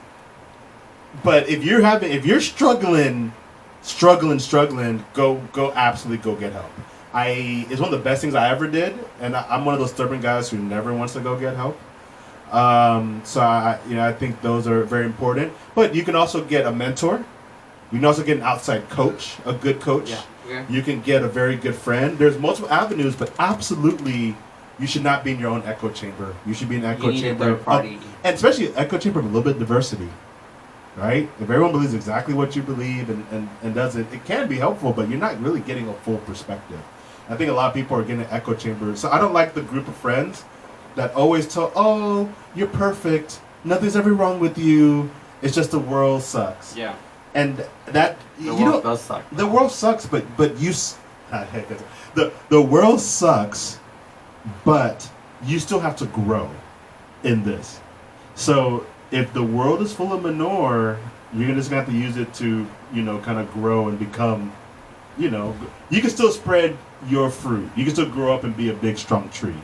Right. I have a Facebook, he says the Johari window, Johari, Johari window. I don't know what that is. I'm not familiar with that. Frankie, if you want to give us a call at 281-318-8650, 281-318-8650, or tell us what this, comment, yeah. or just comment back and ask, and what is that Johani window? What are you talking about there? We'll talk with Michael about it a little bit, see if he knows what's going on. But with integrity, I guess that's something that you have. That's something that's not going to go away. Your integrity, and you lose it sometimes. My sister went through this class. She paid, can't remember, she paid like $2,000 for this class. And it was basically like an integrity class. Like your word is your power.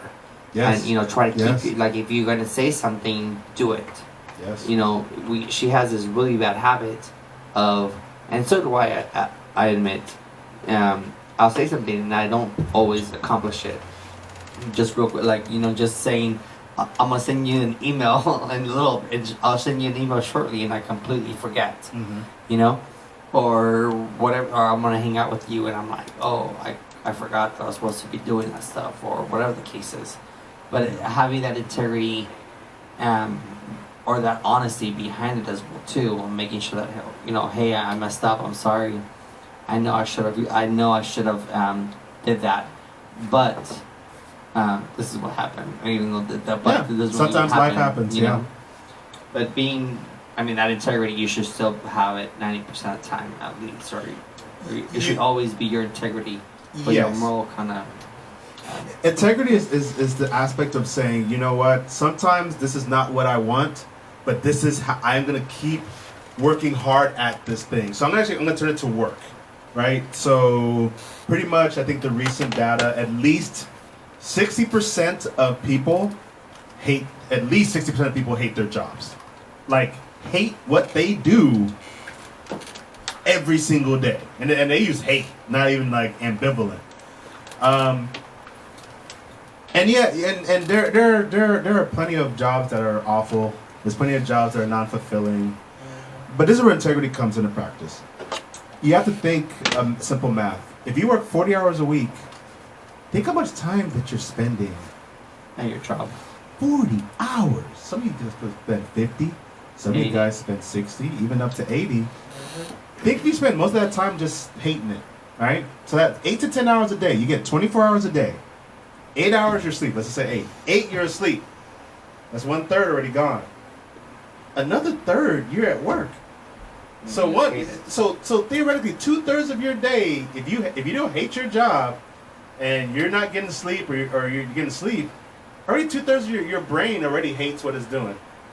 The last third is after your work and you're tired.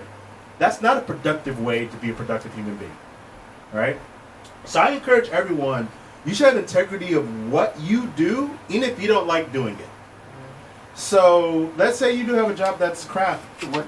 Okay. And What does and that pays mean? like crap. What does integrity mean? Sure, I'll give you the example. Yeah. So You you mean work, nothing. So you work at a job that is a crappy job. Yes. And it's I very had several of those monotonous. before I went to. I always think I want to be able to master what can I gain from this job for my future path. Now we talk about purpose. You should have a purpose. You should have a moral compass. You should kind of know where you're going, right? So let's say you just have a crappy job, and you say, okay, well, I don't like this job, but this job's a sales job. Maybe I should get better at connecting people with sales. I might have, maybe 20 years down the road, I might become a politician. But 20 years down the road, I might be selling books and go out and doing tours. I need to get good at human interaction. Let me master that skill while I'm here, and then when I'm done with that skill, then I can move on. Then I can go off and do what I do. But what most people do at work is just wait, sit there, and not grow. And I think that's what integrity does, is saying, what can I take from this? And then when you take from it, it's much easier to move on because now you have a skill. So let's say you have a crappy job that's sales. And you're like, I hate this job, but let me get good at sales. Let me get good enough. And then you get good enough, now you can go find another job that's sales related. You can find a better job. And then you go job hopping. You know, like what Well, happens just saying that one job? I mean, that doesn't happen anymore. But you know, like when people are like, oh, I just want to, you know, be happy and have one job, which you can't do anymore because it's almost impossible. It's almost impossible. Yeah. With the way it's currently done, but you know, like your integrity, you know, like not stealing. You know? Yes. I have don't steal. As or you know, like just examples of what other clients have given to me. People like stealing their stuff, stealing their jewelry, throwing parties at their house, eating out of their refrigerator. Like I'm thinking, is that your moral? Is that your integrity? What causes you to do this stuff? Like, who would? I mean, that's just such a violation. I feel. I mean, first you stole from me, but then there's people who feel entitled that they can just go into your fridge and grab something out of your fridge. Like, that's nuts. What is that? Is that your moral compass is just broken, or your integrity I think is gone? people are being that lizard brain. I know we talked about that before. People just being, hey, I want it right now. Very very I want this. No one's here. So integrity is, will you do the right thing if no one's watching? And that's where, honestly, that's where a lot of people, and they do lots of research on this. There's a research they do with kids. They do a little test. So essentially I can't remember the age range, but we're probably talking 5 to 8 year olds, I think, type. Don't quote me on it, but they're younger kids. And they tell them essentially, you have to stay in this room. If you stay in this room, they put like a cookie. They put like one cookie. And then tell the person, if you can stay for like 5 minutes without eating a cookie, you get 2 cookies. Yeah. And it's testing something else, but it takes a lot for little kids. And you realize a lot of these little kids, it's hard to have integrity when temptation's right in front of your face. Yes. And a lot of people will take that free cookie or that free food because they don't think about the consequence. They just go, this is free food right now. I am hungry right now. I'll deal with the consequences later. And of course, later, and so they don't mind who they hurt, they don't mind who they steal from. So if you have a job you don't like, learn from it, and then feel free to move on. But you should never do, time's the one thing you don't get back. Yeah. Don't sit there and just waste it and sit there. You know, and so where I worked at a lot, I called the 2-year itch. I'm perfectly fine that it is hard to give all your effort to a company. I get that, but finding a job is like being like a marriage. It is. And a lot of, you spend more time with your employees and coworkers than you probably do with the people that you love. So I really look at that to the point of some people go into a company and then just expect and then don't give any effort at the company. Yeah. And they go, oh, how come I can't get promoted? How come I don't? And now sometimes do you get screwed over? Yes. But a lot of times, and this is, so I've been on both sides. I've been on the side hiring people and I've been on the side being hired. If people are not giving effort, why you're not going to give a lot of effort back. Right. And so, you know, people get the 2-year itch. They work in a company for 2 years. As soon as one bad thing happens, they get up. I'm out. But they don't learn it. They don't learn a lot. They go to another company, start back at the bottom. Yeah. Move up about a level or two. Yep. One bad thing happens, I'm out. And so you look at people's resumes, and they've had 12 jobs in 3 years. That makes it a lot difficult of saying how is this person growing? Yeah. You know, now if you worked a couple crap jobs and moved your way up, that's fine. But go with integrity that you're gonna be good at what you do while you're doing it. Right. And if you really hate it, go do something else. Now the one caveat, sometimes the thing you hate pays the bills. Yeah. The thing that you hate is very lucrative. You got a family, you got to protect. I get that. So if you have to do something that you hate, sometimes you just got to shovel shit. I get it. You better have a good hobby, right? You still have a good way to build your integrity. You know, and you can still build as much integrity as possible. You know, and you know, if you're doing something that really breaks your moral compass, that's for you to really think about. You know, there's lots of people when it gets to, you know, they know. They're doing stuff that they're on the wrong side of history, but that's for them. That's their judgment that they have to deal with. But you don't have to love your job, but you should have pride in what you do. You should have pride when you wake up in the morning. You should have pride and honor when you go out and clean something. You should have pride when you interact, and that is what carries you. And that is actually what people see. So when people get promoted, so like I said, I've done a lot of promotions. I can have two people that are qualified. Sometimes I have someone that's highly qualified, but they're highly qualified, but I know they lack that. As soon as my back is turned, they're going to slack off. Yeah. I'm going to promote the person that I know is going to give me the same level of effort and care and have less talent than the one. So that's how important integrity is. I've made decisions on hiring based on when they're both, one's about 10% better, but the other one had more integrity. I always chose the integrity person. Because they were consistent. I know they weren't going to steal from me. I know that when I'm away, they're going to be the exact same person. And you guys know people, you see that with your friends, right? The friend that when another friend shows up, they're kind of phony. As soon as they leave, they're this completely different person. Right. You know, I don't trust those people. And you shouldn't either. Because I always think the same thought. If they could be phony to that other person, they're gonna be phony to you. So I think that's where that integrity, that's where it hits when you bundle honesty and integrity. You are in control of what you do in your day, and you better make some lemonade out of it. Because either way, that time's gonna vanish no matter what.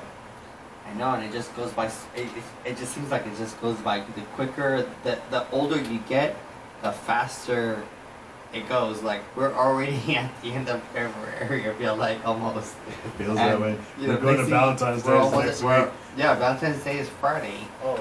Oh shoot, Valentine's Day is this week. Yes, Valentine's Day is Friday. And so when we're talking, you know, the next thing you know, we're gonna have Buns in the Bayou, which is April 1st. I think is Easter Sunday. Whatever Easter Sunday it is, please join us for Buns in the Bayou. Please sign up to volunteer under Thomas Street. And but yeah, time just goes. That's a little plug-in. Sorry, but time just goes by so quickly sometimes when you get older. But when you're younger, you're like, even though you have the exact same 24 hours in a day that you had when you're younger, but you don't. I feel like when you're younger, you don't have so much responsibility, and when you're older, you have all this stuff that's going on in your life, and you're like, holy crap, I don't have time for hanging out with my friends. I don't have time because I'm busy working. You know, my friend just started a brand new job, so we hadn't seen him for 2 weeks because he's been on, you know, in orientation. Mm-hmm. And I'm like, wow, like, okay, but at the same time, how are we supposed to, like, I know that everybody has, you know, cycle, but like, you should still find some time for yourself, and regardless if it's with your friends or not, you have a hobby. But how can you have a hobby when you're working this, you know, let's say somebody works, you know, 60 hours a week. The last thing they want to do is whatever, you know? Yeah. So, like, in that case, do you just, like, have, like, some quiet time, just find your quiet time, because I know we talked about this before.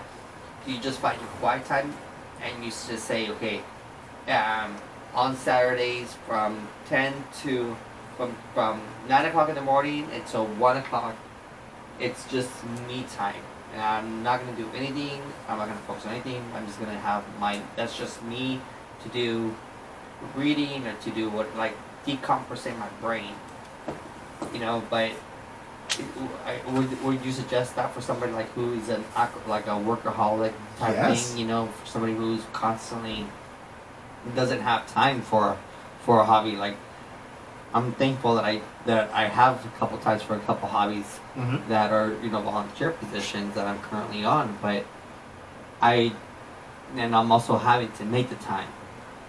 So you touched on a couple things, and I think you hit those points very well.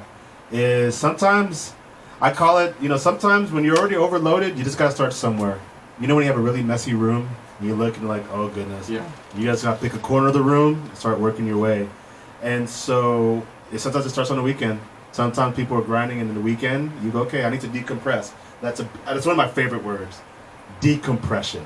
Right? Just take all that stress and, man, go run, go out and go to the beer festival, go to Galveston, put your toes in the sand, have a beverage, and just stare at the ocean for 4 hours. Start somewhere, and I think from there you kind of build upon it. So I look at decompression as to gain balance. So my book is about balance. A lot of my coaching is about balance. When you're unbalanced, you have to find not necessarily the opposite, but you have to find that way to keep yourself. So when you think of things like anxiety, you think of PTSD, you're overwhelmed, right? Your system is just really off kilter. And if you need to, that's where that weekend is that way to kind of bring it back. So if you don't have a hobby, that's fine. Be excited for something on the weekend. Like, have something to look forward to. Be like, you know, I'm going to hang out with my friends. We're going to get just messed up and hammered and watch sports. Or not even, you know, just... Or I'm going to sleep. Yeah. And just relax and turn it all down. I'm a big fan, we'll get too much stuff, but I'm a big fan, you should not do anything 7 days a week, or very few things, you know, the non-core.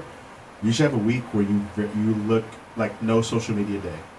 Sunday, like for me, you know, Sunday, I'm not going to look at much social media. I'm not going to look at my phone unless it's an emergency. I need to be a human. I'm going to go out. I'm going to go to the Arboretum. That's hard. That is super hard. Yeah, I mean, Facebook is an addiction, and that is the truth. So, all right, our addictions are unhealthy. How many thousands of years did humans live without Facebook? I know, it just happened, you know, 20 years ago. Not even that. 10 years ago. If you 15. cannot walk away from your social media for one day, it's going to damage you. Or at least, it'd be hard to make an argument against that. It's actually unnatural. Well, it's an unnatural. We have our phones with us 24. You know, that's fine. So with integrity, with a moral code, you tell yourself, I'm not gonna. For today, barring an emergency, I'm not texting anybody today. Today is my one day. I mean, I do that several times, but that doesn't mean I'm not going to be on social media. Well, it depends on your social code. Right. But I gotta be on social media. I gotta keep what's going on. I do tell my friends, like, you know, I'm not responding to any messages unless it's, you know, a client. But why? Why do you have to be on social media every day? Because y'all president. Okay, for me, it's more of the addiction to see what everybody, what's going on in the world that I'm missing out. I feel like I've got that FOMO, that fear of missing out. You can't scroll from 24 hours previously. Like if you take No, one you day. cannot. Well. No, it does not. It's so much that goes on. All right. You're gonna miss All something. right. How much that goes? A lot of us are on Facebook. How much that goes on is really important. Oh, hardly nothing. I mean, I can honestly say that I Yes. could live my life without Facebook, or should it. So how much time are you wasting, and Too how much much. anxiety are you building on yourself over nothing? Yeah. Literally nothing. That's why, and I said 6 days a week, go balls to the wall. If you cannot get away from it from 1 day a week, you're not going to grow as much. Because that 1 day, let's just take 8 hours of that day. I'm going to tell you, what can you learn in 8 hours? A whole lot. Let's get some examples. What can you do in 8 hours? You can read a book. You can drive. You can read a book that can change your life. Yeah. You can connect with a friend and build a great relationship. Yeah. You can have a date night and fall in love, like over and over again. Okay, we Right? already talked about that. We're gonna be single forever. We ain't getting married. I can't get married. You have to get married. That's fine. These That's hoes for fine. everybody. Okay, I get all that, but it's most importantly, it's not that it's a bad thing. It's a waste of time, and it's the waste of time that is just eating away. And we all get old fast. I blinked. I reconnected with someone that worked with me in the early days of my clinic, and it was amazing. And I just realized I haven't had a conversation with this person in over 10 years. It's been 12 years. Wow, that's a long time. And my thought is, shoot, why did I not spend the time just to even just go back? And the reason why? Because we're scrolling. And we're just doing all this superfluous stuff. But the people who are actually in our lives, we're not spending quality time with. You're not spending quality. That's my cousin used to tell me all the time. Yeah. You're not spending quality time with me. Yeah. I tell them I'll just be busy. Like, because it's so much that goes on in the world that in 24 hours you say stay on Facebook for 24 hours. Yes. Okay. If I stay on Facebook on Tuesday, get back on that Wednesday. Yeah. Maybe I gotta catch up with what all happened on Wait, Tuesday. wait. See what's going on Hold on. Wednesday, so. Why are you catching up? What's there to catch up on? Because Your guess what? president tried to kill us. Our president. Our president. No, I'm not. You're not gonna get it. Yeah, We're ending the show. Yeah. But the point is, 3 minutes left. if a meteor's gonna hit the planet, you're gonna know no matter what, because humans throughout human history have found a way to pass useful information. You're just dealing with people who are angry using their, and it could be they're either making you laugh or making you angry, but it's not something that you're gonna miss. If a friend really something important, they can text you, right? Yes. They can call. If it's really, really important, they can call you. True. But I challenge you. I challenge any person. Go Well, one day I mean, I have and done really it before. think, what did you actually miss? my phone have to be off. I can do that. Then all right. Then turn your phone off. No, disconnect it. All right. but This number is no longer available. And I'm gonna spend $50 you on my phone.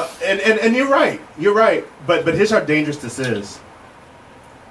Once we stop growing as humans, once we stop falling backwards, it really starts to affect our emotions. Yeah, but what is that?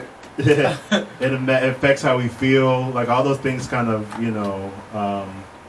piggyback and put us in a worse position. So the final thing I had is just, with that, your general worth ethic. For yours, this thing doesn't charge. We got a little Facebook Yeah. Live It's down. has lived. And yeah, it is See, down. I and we're talked on the about radio. this happened. I See? went and talked about And you getting made it off happen. Facebook, and Yes. my energy turned it Yeah, off. It happened. That's what happened. So people are gonna have to catch the show on YouTube to finish out the notes.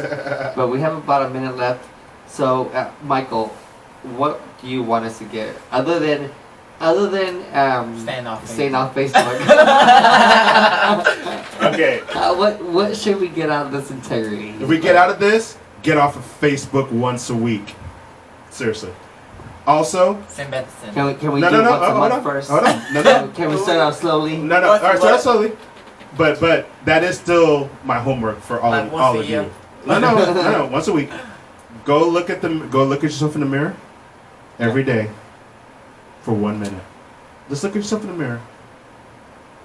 And then the last thing is really think about your moral code.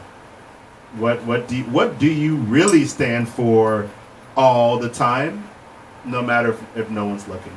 You do those 3 things and your life is going to hit some big growth spurts, and you can handle all the things that throw you off balance in life. Awesome. All right, guys, you have been listening to POZ Impact. We are Houston's first British show living with HIV, their friends and family, right here on Real Talk 100 Radio. You can catch us live every Monday from 7:30 to 9:30, and every Monday. And then you can catch Michael. He comes on the third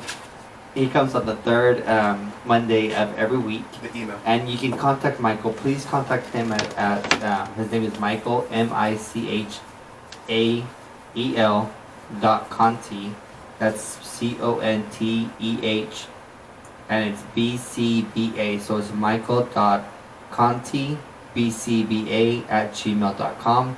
His phone number, you can reach him at 832-594-0413.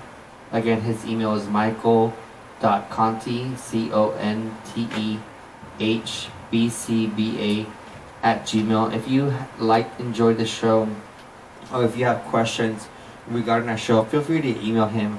And if you would like more directions, he is a personal coach, so he can guide you through more. Oh, we're live. Or my sound was going higher.